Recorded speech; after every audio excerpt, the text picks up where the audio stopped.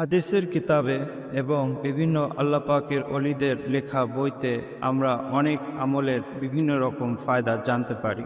কিন্তু আজকে আপনাদেরকে এমন একটি আমলের কথা বলবো যার ফায়দা আল্লাহ পাক স্বয়ং তার পাক কালামের মধ্যে উল্লেখ করেছেন।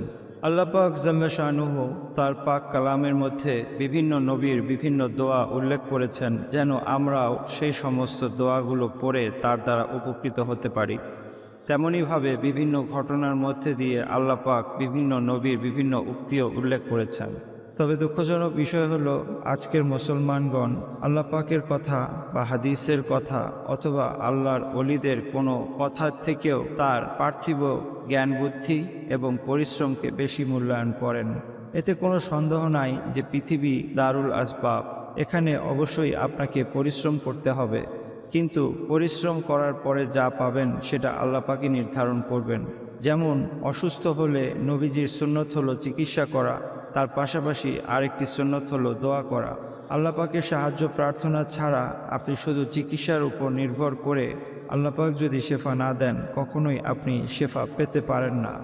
তাই আসুন আল্লাহ পাকের খাজানার থেকে কিভাবে নিতে হয় সে বিষয়ে আমরা জানি। পরিশ্রম এবং চেষ্টার পাশাপাশি এই আমলগুলো, যেগুলো হাদিস এবং বিভিন্ন বুজুর্গানে দিন থেকে বর্ণিত হয়েছে, সেগুলো আমরা করে নিজেদের জীবনকে আল্লাহ পাকের রহমতে ভরিয়ে তুলি। তবে গভীরভাবে লক্ষ্য করলে এ কথাটিও বোঝা যায় যে আসলে মানুষের কোনো দোষ নেই। কিছু অসাধু মানুষ আছেন যারা নিজেদেরকে আমল তৈরির ফ্যাক্টরি হিসেবে বানিয়েছেন। অনেক মানুষ আছেন যারা আল্লাহর প্রতি বিশ্বাস রেখে বিভিন্ন রকম ওজিফা আমল করে, যে সমস্ত ওজিফাগুলো মানুষ নিজের থেকে বানিয়ে বানিয়ে ইউটিউবে এবং বিভিন্ন প্ল্যাটফর্মে বলে বেড়ায়, যার কোনো সত্যিকারে হাকিকাত নেই। তাই আসুন জেনে জেনে হাদিস, কোরআন এবং বিভিন্ন আল্লাহ পাকের সত্যিকারের অলিদের দ্বারা দিক নির্দেশনা দেওয়া যে সমস্ত আমলগুলো আছে সেগুলো আমরা করি। তাই বুঝে শুনে এবং সঠিক আমলটি করার চেষ্টা করি। এই আমলটি বলার আগে একটি ঘটনা বলতে চাই। একদিন হজরত হাসান বসরি রহমতুল্লাহ আলাই তার এক মজলিসে তার বিভিন্ন সাথী সঙ্গীদেরকে নিয়ে বসে দ্বীনি বিষয়ে আলোচনা করছিলেন। এমত অবস্থায় একজন ব্যক্তি এসে হজরত হাসান বসরি রহমতুল্লাহ আলাইয়ের কাছে বললেন, হজরত, আমার এলাকায় অনেক দিন ধরে বৃষ্টি হচ্ছে না, তাই ফসল ঠিক মতো ফলাতে পারছি না। দয়া করে আপনি আল্লাহ পাকের তরফ থেকে যেন বৃষ্টি বর্ষিত হয়, সেজন্যে আমাদের জন্য একটু দোয়া করুন। হাসান বসরি রহমতুল্লাহ আলাই বললেন, ঠিক আছে, তুমি আস্তাগফার বেশি বেশি করে পড়তে থাকো। সেই ব্যক্তি চলে যান। আবার কিছুক্ষণ পর সেই মজলিসে আবার অপর একজন ব্যক্তি আসেন এবং তিনি বলেন, হুজুর, আমার সন্তান হয় না, আমরা অনেক চেষ্টা করার পরেও সন্তানের মুখ দেখতে পারছি না, দয়া করে আমাদের জন্য দোয়া করুন। তখন হাসান বসরি রহমতুল্লাহ আলাই বললেন, ঠিক আছে, তুমি বেশি থেকে বেশি আস্তাগফার পড়তে থাকো। তারপর সেই ব্যক্তিও চলে যান। আবার কিছুক্ষণ পর একজন ব্যক্তি আসলেন, বললেন, হজরত, আমি অত্যন্ত দরিদ্র একজন মানুষ, দারিদ্রতার জন্য আমি অনেক বেশি পেরেশান হয়ে আছি, দয়া করে আমার সচ্ছলতার জন্য আপনি আল্লাহর কাছে দোয়া করুন। তখন আবারও হাসান বসরি রহমতুল্লাহ আলাই বললেন, ঠিক আছে, তুমি বেশি থেকে বেশি আস্তাগফার পড়তে থাকো। সেই ব্যক্তিও চলে গেলেন। কিছুক্ষণ পর আবার আরেকজন ব্যক্তি আসলেন এবং তিনি বললেন, হজরত, আমার জমিনে ফসল ঠিক মতো হচ্ছে না, দয়া করে আপনি আল্লাহর কাছে দোয়া করুন যেন আল্লাহ পাক আমার জমিনের ফসলের মধ্যে বরকত দান করেন এবং বেশি থেকে বেশি ফলন হয়। তখন হাসান বসরি রহমতুল্লাহ আলাই আবারও বললেন, ঠিক আছে, কিন্তু তুমি বেশি থেকে বেশি আস্তাগফার পড়তে থাকো। এই কথা শোনার পর সেই ব্যক্তিও সেখান থেকে চলে যান। হাসান বসরি রহমতুল্লাহ আলাইয়ের আশেপাশে থাকা প্রত্যেকটি ব্যক্তি বিস্মিত হয়ে হাসান বসরি রহমতুল্লাহ আলাইকে জিজ্ঞেস করলেন, হজরত, আপনি চারজন ব্যক্তিকে 4 রকম সমস্যার জন্য একই পরামর্শ দিলেন, এর পিছনে হিকমত কি? তখন হাসান বসরি রহমতুল্লাহ আলাই কালামুল্লাহ শরীফের সূরা নূহ এর 10 থেকে 12 নম্বর আয়াত তেলাওয়াত করে শোনান, যেখানে আল্লাহ পাক বলেছেন, তোমরা যদি আস্তাগফার করো তাহলে আমি আকাশ থেকে বৃষ্টি বর্ষণ করব, তোমাদের ধন সম্পত্তি, সন্তান সন্ততি বাড়িয়ে দেব এবং তোমাদের জন্য উদ্যান স্থাপন করব, ফসল বাড়িয়ে দেব। তো এই সমস্ত ফায়দা আল্লাহ পাক শুধুমাত্র ইস্তিগফার পড়ার মধ্যে রেখেছেন।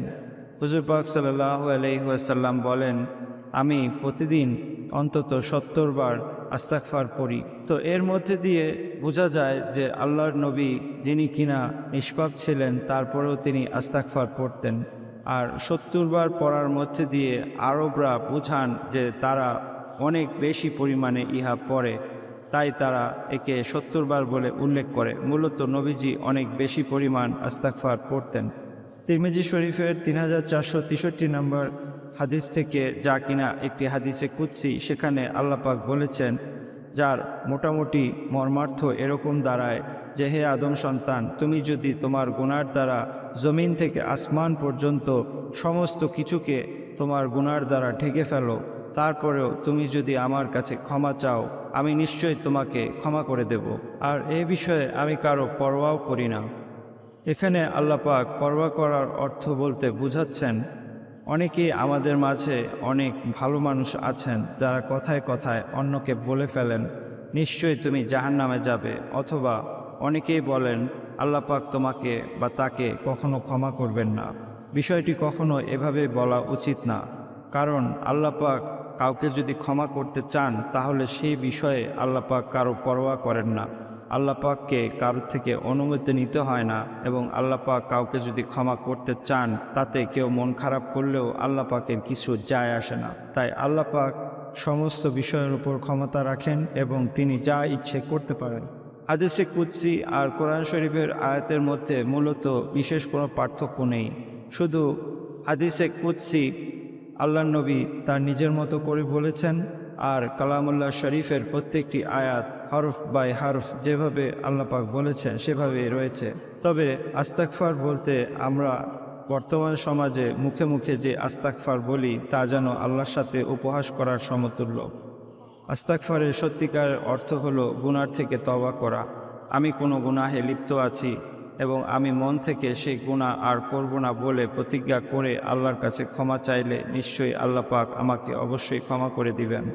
হাদিসের কিতাবে অনেক হাদিস আপনি এমন পাবেন যেখানে ইস্তিগফার পড়ার বিশেষ বিশেষ উপকারিতার কথা উল্লেখ আছে। তবে ইস্তিগফার কোনটি পড়ব? শুধু আস্তাগফিরুল্লাহ বলাও ইস্তিগফার, এবং হাদিসে আরও অনেক ইস্তিগফার রয়েছে। যেমন একটি ইস্তিগফার রয়েছে, যে ইস্তিগফারটি হলো আস্তাগফিরুল্লাহাল্লাযী লা ইলাহা ইল্লা হুয়াল হাইয়ুল কাইয়্যুম ওয়া তুবু ইলাইহি। এই ইস্তিগফারটিও হাদিস দ্বারা সাবেত। কিন্তু আমি আমার জীবনে যেই ইস্তিগফার পড়ে সবথেকে বেশি উপকৃত হয়েছি, সেই ইস্তিগফারটি আপনাদেরকে আমি বলতে চাই। মাজমুজ জাওয়ায়েদ এবং জামেউস সাগীর কিতাবে একটি হাদিস এসেছে, যেখানে একটি বিশেষ ইস্তিগফারের কথা নবীজি উল্লেখ করেছেন। এখানে যে ইস্তিগফারটি বলা হয়েছে তা হলো, আল্লাহুম্মা গফিরলি ওয়া লিওয়ালিদাইয়া ওয়ালিল মুমিনিনা ওয়াল মুমিনাত ওয়াল মুসলিমিনা ওয়াল মুসলিমাত। কোনো রিওয়ায়াতে আবার এসেছে, আল্লাহুম্মা গফিরলি ওয়ালিল মুমিনিনা ওয়াল মুমিনাত ওয়াল মুসলিমিনা ওয়াল মুসলিমাত। এক রিওয়ায়াতে এসেছে, এই ইস্তিগফারটি যে ব্যক্তি দিনে মাত্র 27 বার পড়বেন, তিনি দুনিয়াতে যত ঈমানদার নরনারী রয়েছেন সেই সংখ্যা বরাবর সওয়াব পাবেন। অপর একটি রিওয়ায়াতে এই হাদিসটিরই ফায়দা উল্লেখ করতে গিয়ে নবীজি বলেন, যে ব্যক্তি এই আমলটিকে দিনে মাত্র 27 বার করবেন, আল্লাহ পাক তাকে রিজিক বন্টনকারী বানিয়ে দিবেন। চিন্তার বিষয় হলো, যাকে আল্লাহ পাক রিজিক বন্টনকারী হিসেবে বানিয়ে দিবেন, তাহলে আল্লাহ পাক কি তার রিজিকের হেফাজত এবং তার রিজিক বৃদ্ধি করবেন না? আরেক রিওয়ায়াতে এসেছে, এই ইস্তিগফারটি যে ব্যক্তি 27 বার দিনে পড়বেন, তাকে আল্লাহ পাক মুস্তাজাবুদ দাওয়াত বানিয়ে দিবেন। মুস্তাজাবুদ দাওয়াত হলো সেই ব্যক্তি যিনি কিনা যাই আল্লাহ পাকের কাছে হাত তুলে দোয়া করেন, তার সমস্ত দোয়া আল্লাহ পাক কবুল করেন। আল্লাহ পাকের অলিদের এক বিশেষ সম্মান যা আল্লাহ পাক তার অলিদেরকে দিয়ে থাকেন, তা এই ছোট্ট একটি আমলের মধ্যে দিয়ে একজন ব্যক্তি পেতে পারেন। এই আমল করার মধ্যে দিয়ে মুস্তাজাবুদ দাওয়াত হওয়া যায়।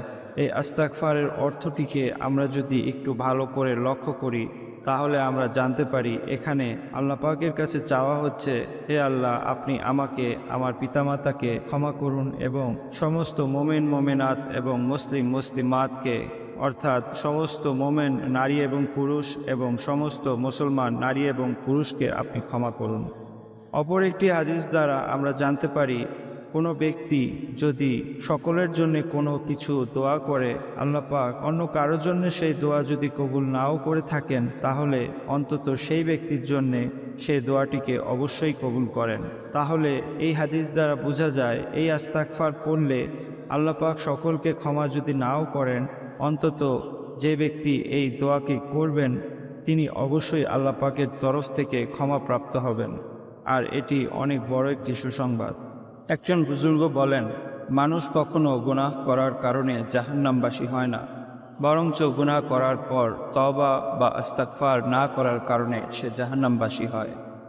ইস্তিগফার আমার জীবনে আমি অনেক রকম পড়েছি, তবে এই ইস্তিগফার দ্বারা আমি সবথেকে বেশি উপকৃত হয়েছি। তাই আমি আমার জীবনের এই অভিজ্ঞতাটি আপনাদের সাথে শেয়ার করতে চাচ্ছি। এই ইস্তিগফার পড়ার মধ্যে দিয়ে যখন আমি 27 বার করে পড়তাম, তখন বিশেষ কোনো উপকারিতা বুঝতে পারছিলাম না। তাই সকাল সন্ধ্যা পড়া শুরু করি, কিন্তু তাতেও বিশেষ কোনো উপকারিতা পাচ্ছিলাম না। তারপরে আমি চলতে ফিরতে উঠতে বসতে এই ইস্তিগফার বেশি থেকে বেশি পড়া শুরু করি এবং এর মধ্যে দিয়ে আমি বিস্ময়ে হতবাক হয়ে যাই যে কিভাবে আল্লাহ পাক আমাকে রিজিক পৌঁছাচ্ছেন এবং কত বরকতের মধ্যে দিয়ে আমি ছিলাম, তা আপনাদের ভাষায় প্রকাশ করতে পারবো না। ছিলাম এই কথাটি এজন্য বলছি, কারণ বর্তমানে আমার আমলের মধ্যে এই আমলটি নেই।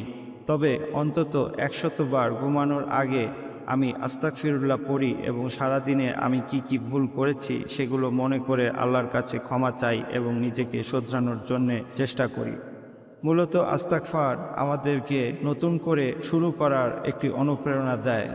যেভাবে কম্পিউটারকে আমরা রিস্টার্ট করি, যেভাবে আমরা নিজেদের কম্পিউটারকে অথবা মোবাইলকে রিফ্রেশ করি, তেমনইভাবে প্রত্যেকটি মানুষকে তার ফেলে আসা দিনগুলোর কথা ভেবে, তার ভুলগুলোর কথা চিন্তা করে তার শুধরানোর জন্যে আল্লাহ পাকের কাছে ক্ষমা চাওয়া এবং নতুন করে শুরু করার জন্য চেষ্টা করা প্রত্যেকটি মানুষেরই উচিত। কারণ একটি হাদিসে এসেছে, মোমেনের আজকের দিন যদি গতকালকের থেকে উত্তম না হয়, তাহলে সেই ব্যক্তি মোমেন নয়। প্রতিযোগিতা শুধুমাত্র মূলত নিজের সাথেই, কারণ আমাদের জীবনের একমাত্র উদ্দেশ্যই হলো নিজেকে সবচেয়ে উত্তম সংস্করণে পৌঁছানো। প্রতি বছর কোনো বইকে যখন সংস্কার করা হয়, তখন তার ভুলগুলোকে শুধরে দেওয়া হয় এবং পরবর্তী বছরে আবার সেই বইয়ে পাওয়া সমস্ত ভুলগুলোকে আবার সংস্কার করে দেওয়া হয়। তাই আসুন নিজেকে নিয়ে বসি এবং ভুলগুলোর কথা মনে করে ইস্তিগফার করি এবং পরবর্তীতে ভুলগুলো না করার মধ্যে দিয়ে নিজেকে সর্বোত্তম সংস্করণে উত্তীর্ণ করার জন্য সচেষ্ট হই। তাই প্রত্যেকটা মানুষকে উচিত তার নিজের ভুলগুলোকে শুধরে প্রত্যেকটি দিনকে একটি সুন্দর দিন হিসেবে শুরু করা এবং ভুলগুলোকে শুধরে নতুন নতুন ভালো ভালো কাজের মধ্যে নিজেকে আত্মমনোযোগী করা। তাই আসুন এই ইস্তিগফারের ফায়দা সকলের কাছে পৌঁছে দেই এবং নিজেও আল্লাহ পাকের তরফ থেকে ক্ষমা পাওয়ার যোগ্য হই। আমার জন্য দোয়ার দরখাস্ত। আসসালামু আলাইকুম ওয়া রাহমাতুল্লাহি ওয়া বারাকাতুহু।